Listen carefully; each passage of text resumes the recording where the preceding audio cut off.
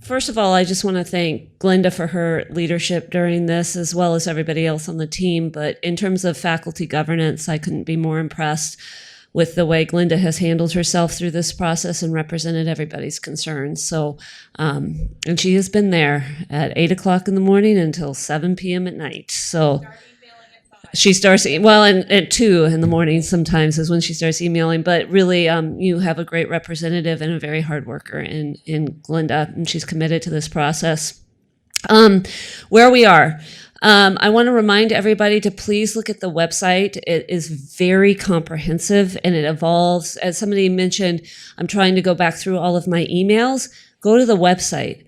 We've now redesigned that website so that there's 3 specific audience interface portals, one for faculty and instructional staff, one for students, families, stakeholders of the university, and a third for sort of all campus, or students, students.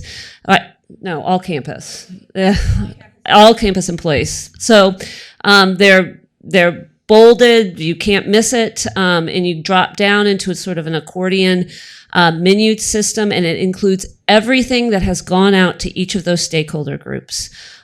So if you're having difficulty navigating your email, go to the website.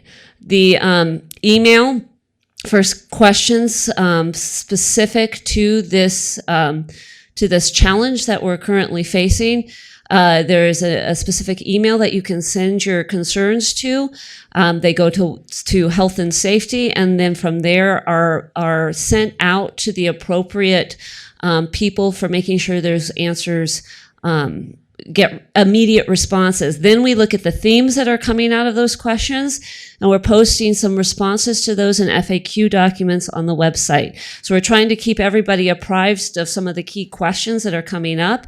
And then from those questions too, we're identifying some of the gaps. So we knew right away that employee information was incredibly important. So Christy's team has created the correspondence and the documentation on that is available through the appropriate portals. Students had their set of concerns. Sandy Scott is triaging those and is producing the correspondence for students that are particularly geared to those concerns, and so on. So please look at that. It's evolving. It's where our energy is placed right now. And if you compared us to other UW system schools right now, our representation on that website is much more robust than others. So thanks to the crew and Marcom for their efforts, because they've put their efforts into that area.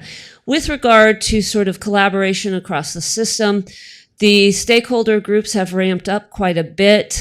Phil Lyons was on a call yesterday with the CBOs. I will be on a call with some other key folks today with the chancellors right after this meeting. So we're getting instructions from system on a variety of issues, and to the best of our ability, understanding our unique identities as campuses, trying to make sure we're consistent in some of the major areas that we're dealing with. But just know that communication with system is as consistent as our communication on campus, just not quite as often. The team has been meeting, as Glenda said, starting Wednesday morning very early. We've met AM and PM for multiple hours each day. We have another meeting today before we go into the spring break, and we will meet throughout spring break. We try to gear our correspondence to the periods of time that we're facing and making it most relevant for you. There will be a correspondence coming out from me to faculty and staff today.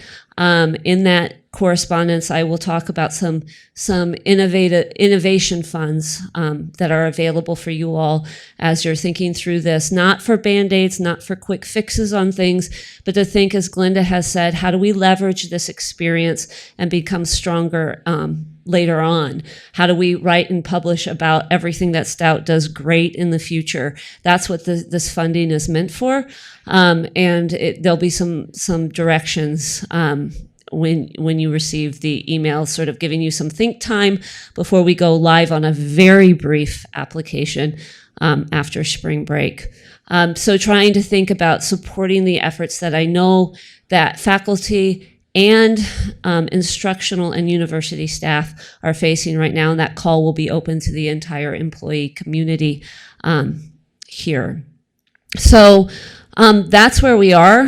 I hope that you're able to go off on spring break and think and at least have some processing and quiet time. I know this is not the spring break that many people were anticipating. And I appreciate that, and I recognize that. We will be here, the leadership team working on this throughout spring break. And we will be there to support you during that period of time in the Monday as we launch into this new reality on our campus for a couple of weeks. So please keep those lines of communication open where there's gaps, and there will be gaps. We can't anticipate them. We come into these forums, you all present some really